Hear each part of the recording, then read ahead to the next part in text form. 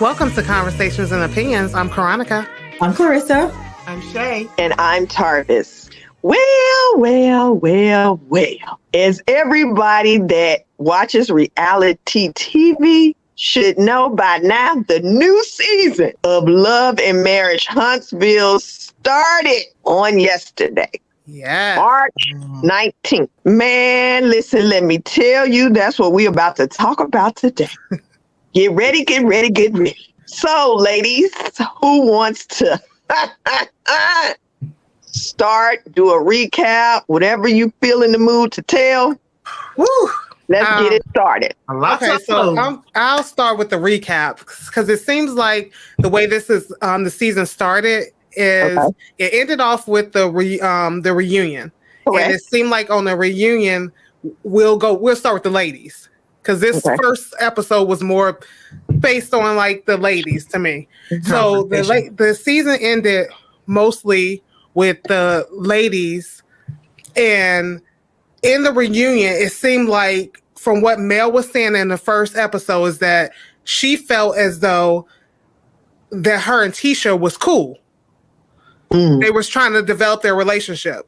And that's where it seems like this is starting to enter in, because somewhere in reunion that we didn't see, they had some type of falling out because Tisha and what's the other girl's name?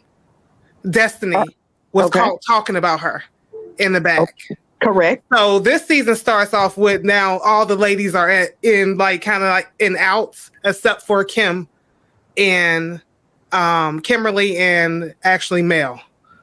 So that's how it's starting to happen with the seasons with the ladies. So for people who don't watch the show, you're recapping. What is this? Their third season? Fourth, right? Fourth season. Yeah. So for those that don't watch it every week, give us the juice, because people that don't watch it, we know the hot names. We know Melody Holt. If you don't watch Love and Marriage Huntsville, you know the name Melody Holt. You know Marcel. We know some hot names. So tell us the people that are sizzling that you're talking about.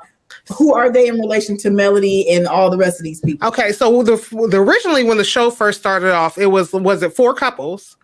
Yes. And they were all friends. Yes. And then it was they were in a group called the Comeback Group. Yeah, the entrepreneurs. That's how they pitched it to Carlos King. Yeah. As the Comeback Group about what's happening in Huntsville, the up and coming things that was happening in Huntsville. Go ahead, Ronnie. Yeah. So the couples were Melanie Holt, Martell Holt. And that's like the famous couples that everybody's talking about. Yeah. And you have Kimberly and Maurice, and they're the Scotts. And then the other couple is Marceau and Letitia and Scotts. Okay. So that's how the show started. So they were all friends, and all hell broke loose when the affair stuff started happening with Martell. No. It all started because they fell out about the Comeback Group. Yeah, they fell out because of the Comeback Group. Yeah. Yes. But then it just twinkled down from other allegations from the fair and pointing fingers and stuff like that. So that's just the nature of the first season. Because you have to go back and watch it if you haven't seen it, because there's so much to happen in that leads up till today. Right. So yesterday it started off with the ladies basically talking about how the season ended last week and their relationship with Mel, who everybody knows who's Melanie Holt is. And I'll let somebody else go from there. I kind of disagree, because I thought that the focal of this episode was based off that allegations of them coming to Atlanta. On Love and Marriage Huntsville. You're so messy because you post that picture of the guy's Atlanta trip with Reese in it. Have you and Marceau ever been around Martell to see the feelings that he has for her? No. Yes. Wasn't Maurice there too? I don't remember if Maurice was there or not. In the picture, because now they're trying to figure out if it was a lie with Maurice, because on the reunion, Carlos King asks, have they ever been around Martell to see how he operates with coleslaw, as they call his mistress. The mistress, yeah. And Maurice said no, he had never seen that. And you could see on the other side of the couch sitting next to Tisha, Marceau was like, yes. So they posted the picture. And Marceau posted the picture. Yes, and all of them are on this picture. So it starts out with them talking about this picture. And my favorite part of the whole entire episode is Kimmy just went in and say, so did you sleep with the linebacker? Is this story made up? Are you really asking me this? It's a yes or no thing. The direct question is, did you sleep with the linebacker? Huh? And he's like, are you really asking me this right now?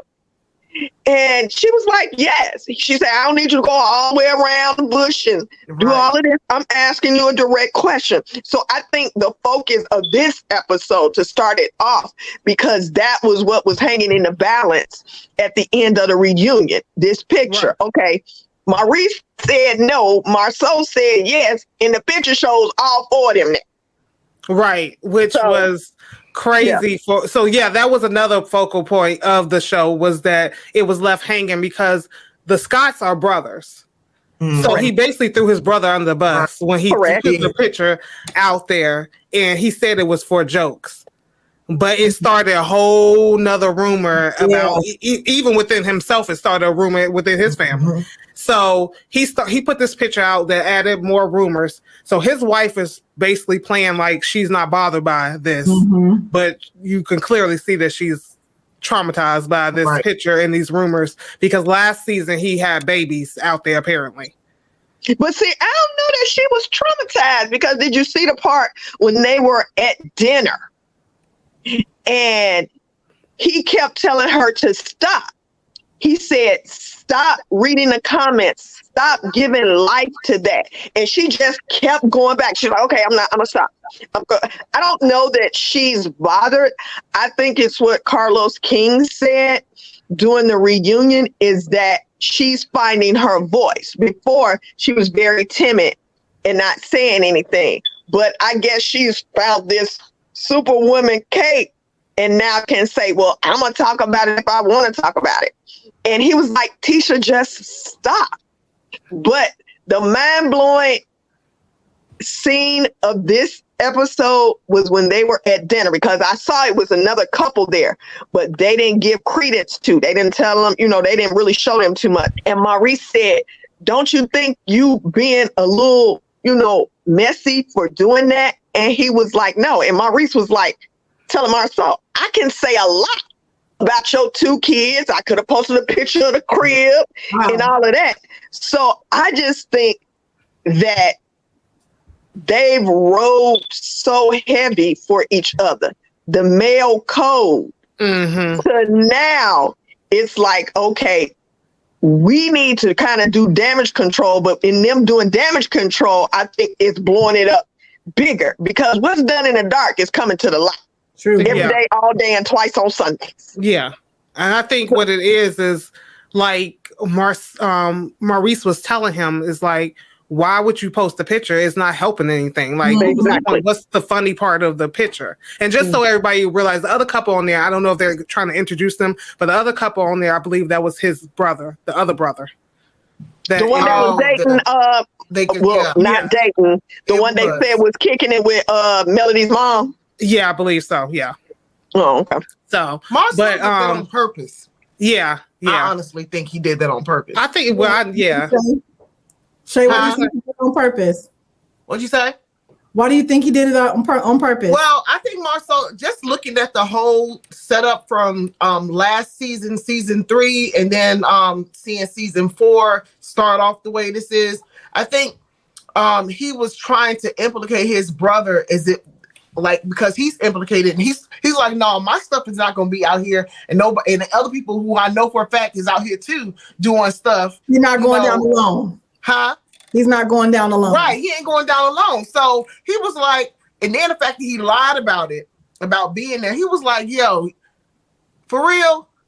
Okay. So I'm about to like make you look like a big fat liar. Big fat liar. And I'm going to let everybody know that you're a liar. And most likely now I'm going to have your wife basically asking you and trying to figure out, okay, so are you one of those people who's out there cheating too? But now remember, in the episode, they were dating. They weren't married. Kimmy and Maurice wasn't married. Dating but living together. Yeah. So y'all made a commitment. It wasn't like y'all was like, okay, we about to go out and I might see you tomorrow. No. They was living together. But just because you live together don't mean it's a commitment. Yeah, there is. Look at there is a tone of commitment. She thought she was in a committed relationship, obviously. Exactly. But I think that is on paperwork together. That's some sort of right. That's a big commitment. But was it a conversation? But was the conversation of, okay, we're in a committed relationship. We're going to exclusively, be together because we didn't move in together. Again, I keep saying, if you don't have these conversations, you can assume all day that's what this person you are living with or agreed to do. Just because you agreed to move in or buy a house with somebody don't mean you in a committed relationship. It's a conversation. That's the problem I think that's happening on Love and Marriage. They're not the hard conversations. I think with Kim, she comes across to me as the person who, if they weren't in a committed relationship, she'll be like, whatever, I don't even care. Right. I think she just comes out real, like, genuine like that. Like, because she even said it. She was like, if he cheated when we were in and we weren't married, there'll be something I have to think about it. But if it was after we were married, then it would be a no-go for me. So she seems like she's real, like, it is what it is. Like, I don't get from her that if they were out there doing their own thing, that she just wouldn't say it. Like, he could have did whatever he wanted to. And like you said, she said it. She said that's a deal breaker. If we're married, it ain't no discussion in it. But that's why I made it a point to say, just because they had moved in together doesn't mean, and I'm not saying that they weren't committed, but again, there has to be a conversation. Okay, what does this mean? You know what I mean? Because some people don't feel like just because I'm moving in with you, just because I love you, don't mean I ain't gonna see and talk to and do whatever when I go out. It just has to be a level of understanding in conversations, and I don't think that people are comfortable in doing that. Yeah, hard conversations are hard to have, and people not for me. Let's get it in. Yeah. Saves you a lot of heartache that way too. Communication. Yes, Jesus. Yes, Lord. I think also you got to remember how they came together. They might not have come together while each other were in their prospective ex relationships, but when they came together, it was they probably had a lot of turmoil within the past relationships, and it was kind of seeping over to the new relationship because of people making comments about this or when did y'all really get together or when did y'all really meet and blah blah blah blah. So I think they probably they're not really saying it, but they probably had a rocky relationship when they first moved in. Overlap. The overlap of other issues that was going on. Right. So but it's possible that he was still in his other relationship and they just don't want to bring that to the forefront on the TV. So I think that's why Kim is not really pressed like the rest of them are, because of the fact is, I think she just want to know.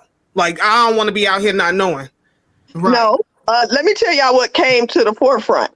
The forefront and what you're speaking about, Shay, is other relationships was the focal part of, I want to say, not season 4, season 3, maybe, where they talk about Kiowa, Monster's mother. That was the biggest issue because Monster's mother, Kiowa, never liked Kimmy because she felt Kimmy messed up their marriage.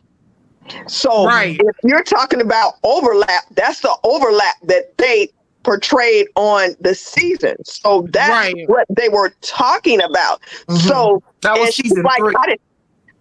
Yeah. As I said, I think that was season 3. Yeah, and she was like, you never liked me, but I never dated him while y'all were together.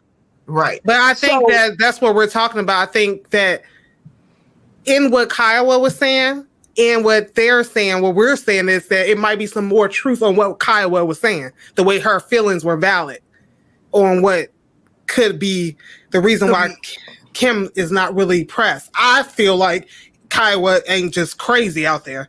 It might be a reason why she feels that they had some type, because we know men. I'm not talking about all men, so don't come for me. But we just know that real quick right there. Right? Well, we just know how some people could tell you one thing that they've moved. You've heard them stories. Oh, I'm not with her no more, but I live in the basement. I'm not with, you've heard them stories. So we don't know what was said to one woman versus what was said to the other. So it could be some truth in there with both of the women. That's what I'm saying. It could be truth. That's why I'm going to tell you that in a previous reunion, that was all hashed out. And then the following season, they sat down and talked about it.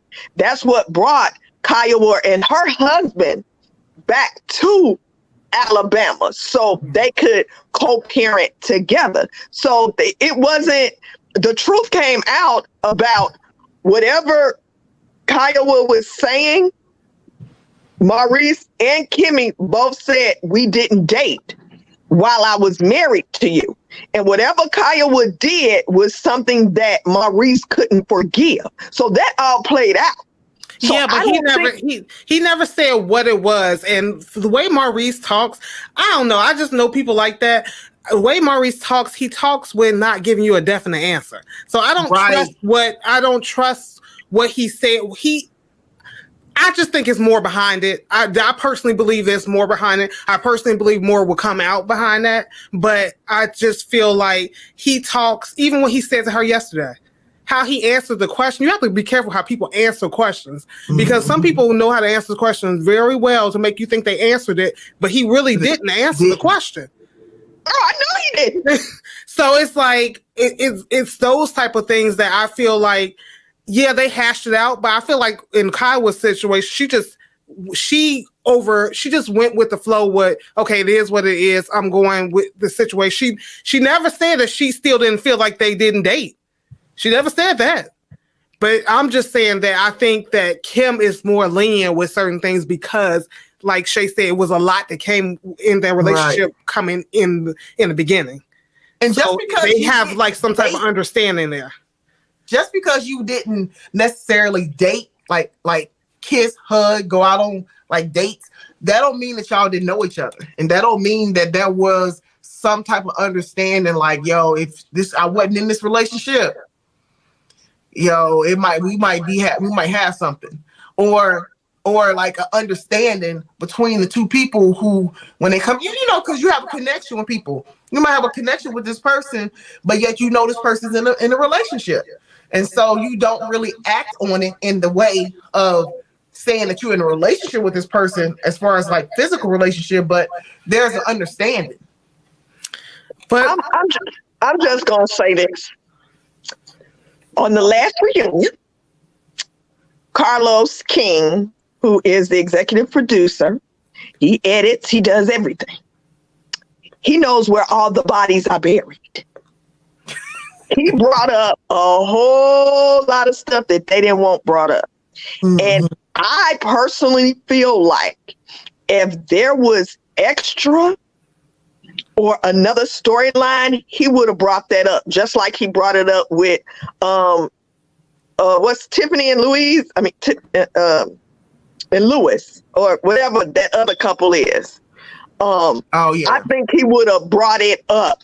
But again, this was 2 years ago on that reunion where everything, quote unquote, was hashed out.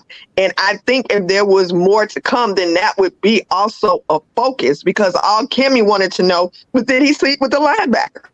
Because that Kiowa stuff, they're in a good place because they're co-parenting. Yeah, I don't think it has anything to do with Kiowa. I just feel like that Kimmy is just focused. she just wants to know the truth, so she's not out there not knowing what it is. I don't think Kimmy's sweating it, but that's why I don't think Kimmy's sweating it, because of the past relationship. I don't think that's why I'm saying I don't think Kimmy's sweating it, because of the fact is I feel like Kimmy's the type of woman who just like, I don't want to be sideswiped. But are you talking about just for the picture or with Kiowa? Because you were saying multiple things. That's why. I was saying that the reason why I feel that Kimmy is the way they came into their relationship, in my opinion, I don't feel like Kimmy's pressed about what is if he slept with her. I feel like it's more so like, if you did it, let me know. If he slept with who? The linebacker, whoever that lady. That's what I'm saying. So you say that, and then you talk about more about the relationship and them coming in. So that's why I was combining my answer, because if you're talking about the Kiowa situation with Monster's mother, they're good. They're in I'm not saying that they're not good. What I'm saying is that I feel like that the way they came, because the way they came into a relationship, everything has a beginning. Everything has a beginning. I don't think that nobody's questioning that. Right. So I think that it's more so that she's not pressed, because I think they had a lot of stuff that came into a relationship. I just think she just want to be sideswiped. But changing gears on that, what do y'all feel about Destiny and her relationship with Tisha now? Because that's a different scene for us, because we went from her and Mel being really cool and tight and supporting each other. And this season, it starts off with her and Tisha kind of like building this tight bond. Well, Destiny was friends with Martell first. Mm-hmm. So I don't like to use this word, but I'm going to have to go and throw it out there. Jealousy is a sickness. Because on this episode, Sister Destiny is now in the studio. So while everybody wants to talk about Mel and what she doing and this, that, and the other, to me, when you're in reality TV, that open up doors for avenues for you to do other things. Yeah. And make more money. And Mel has capitalized on that 1,000%. Whereas the other ones are dogging Mel out, saying this about her and she this and she that. But yet everything that Mel is doing, everybody else is trying to ride the coattail and do the same thing. Now, is it room for everybody to be in music, be in skincare? Yes, because all things, are open for everybody. But my whole deal is Destiny, quote unquote, was tight like glue. But I don't know if that was her tightness because of Martell. Was it a true, genuine relationship between her and Destiny and not predicated on her being married to Martell? Okay, so I have a different outlook on this one completely. Yeah. See, for me, I like Mel. I really do. But I have to agree with this season. Destiny came on this show and she's been saying from day one that she's been trying to be a friend to Mel. It's hard to be a friend to somebody who puts boundaries where, okay, during the show season, we're friends, but when it stops, I got to take a break. And then we could pick it back up. How can I be be your true friend when you put me on hold and then pick me back up when you want to pick me back up? That's called phony. So I get what she's saying. That's not her fault. If I'm there trying to be your friend, because she even said on the reunion, Mel didn't deny it. She said that, yeah, I just need to take a break. But you can't take a break. You can do what you want to do, but if you're still hanging with other people and you just taking a break from me, then maybe I'm not the person you want to be friends with. Yeah. So when she said that, I was like, yeah, she right on that one, because I disagree, because I don't think Destiny did anything wrong. I think her and Mel are having issues because what people consider to be friendship issues. Like Destiny had a situation, she felt like Mel wasn't really having her back in that situation. I think that Mel tends to, and she even said this in this last episode, Mel tends to do this with all of her friends. I mean, because my thing is she's cool with this one girl who was making comments about her friend Destiny. Mel was cool with this one girl who's making friends about Destiny, making comments about Destiny, and then instead of having Destiny's back, or at least trying to like, you know, mellow the situation out so it won't be an issue between the two people, she kind of accelerates it in other ways, and it's kind of like she dissed her own friend.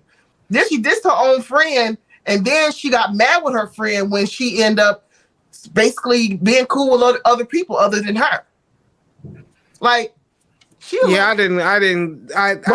When you said she accelerated, what does that mean? What example? So what scene are you talking about? One of my friends talking about your ex-husband to your face in front of everybody, and I don't have your back about the fact that that was uncalled for. And I don't say something to you and like try to have your back with that. Then she takes it to the next level. What are you talking about? There's nothing wrong. There's the new wrong couple. Somebody talking about your man or your husband, or there's nothing wrong with somebody. You know, she allowed certain things to happen that didn't make no sense for it to even happen. It's like, why? So if that happened, why don't you just be real and say, hey, you know, that was messed up. You really shouldn't have did that. So I have $1 million question, and I'm really curious to see what everybody answers it is. If you're an adult, okay, hey, if you're an adult and I have a best friend, and if my best friend chooses not to participate in there, because sometimes silence is golden. You don't have to interject yourself. And everything does not require a response. So you mean to tell me that if you have a best friend that needs a break, because you can't tell me you talk to your best friend every day. You can't tell me that, because I know all y'all got lives and y'all movers and shakers. So you don't talk to your best friend every day. So with that being said, if your best friend is in a different conversation with somebody, dogging your man out or whatever, and they choose not to say anything because they just don't want to get involved. Don't put me in that. That would be cool if that's what she did. That's not what she did. That's not what she did. She inserted herself in a really messed up way with each group that was involved. She was instigating the situation. And instead of her being a friend to all of these people, instead of just being real, you know, that was messed up. You shouldn't have said that. You don't even know her like that type of situation, or anything that and who said that? We was all watching Mel. Because if anybody would have came at me that way and I don't even know you, what are you talking about? Who are you? And you remember the party situation with the new couple that they brought to the thing last season, and Mel brought this girl to the party that no one knew of her. Oh, when she told Destiny about her husband. Yeah, that was out of line, and that was shady. And you do have a right to tell, if you don't, that's not your friend. If you can't tell your friend, girl, you was wrong for that. Mm-hmm. Like, you can't be coming to nobody's party. I would venture we must all go back and check an episode, because I want to say that they had that conversation. No, she didn't say it like that. No, Mel said, you know, I feel like you was wrong in that. Mm-mm. And she was like, what? No, she did not. Go back and check, because I've been watching from season 1. When what did y'all she did was she told her friend Destiny that basically that she took it wrong. I don't think it was a problem. Yeah. I don't think it was a problem. She didn't know that. Mel, she told Destiny that it wasn't a problem. Like, it wasn't like I didn't see it like that. But Destiny took it like that. It that way. I'm saying it the way she said it. In the smart way. To her. But I guess we got a couple of seconds for this. Woo, but this is gonna be a mess, because Love Marriage Huntsville, baby. Listen, if you're not watching, you might need to watch it. Okay, go back and binge watch. Before we wrap, why don't y'all each give your opinions on what you think this season is going to entail? For me, I feel like this season is going to I personally feel like it's going to highlight, and I hope not, but it's going to highlight that a lot on Mel as far as like the friendship department, because the upcoming season looks like it's going to be some old drama that's coming from her side within her group.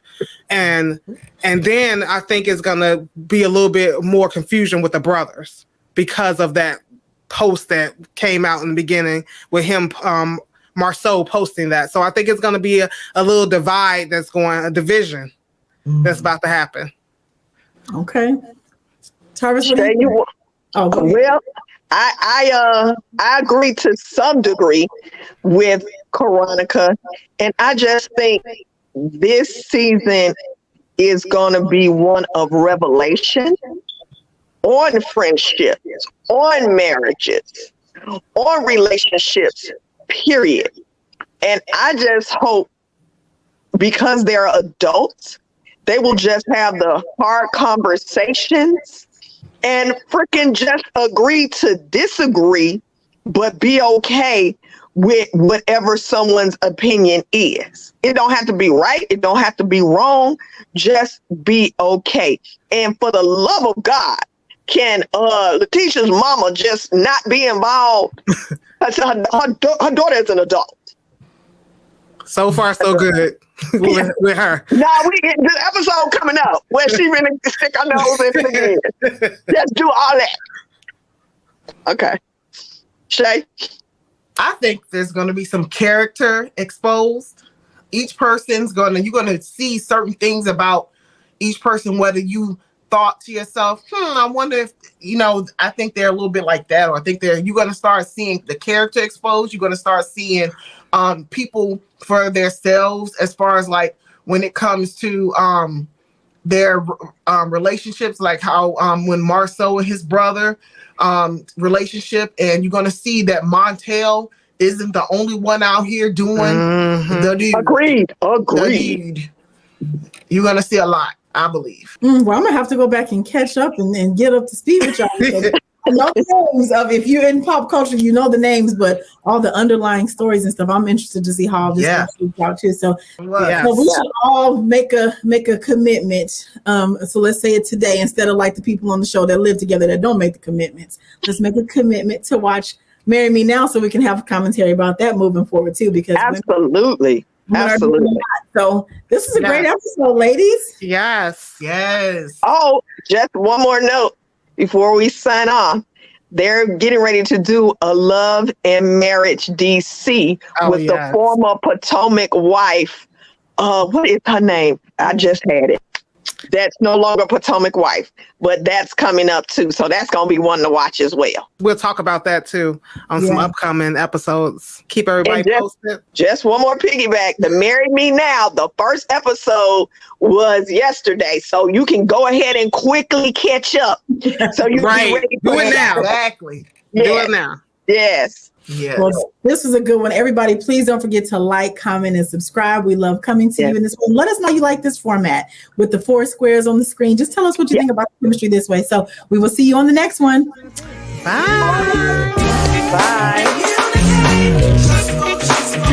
Bye.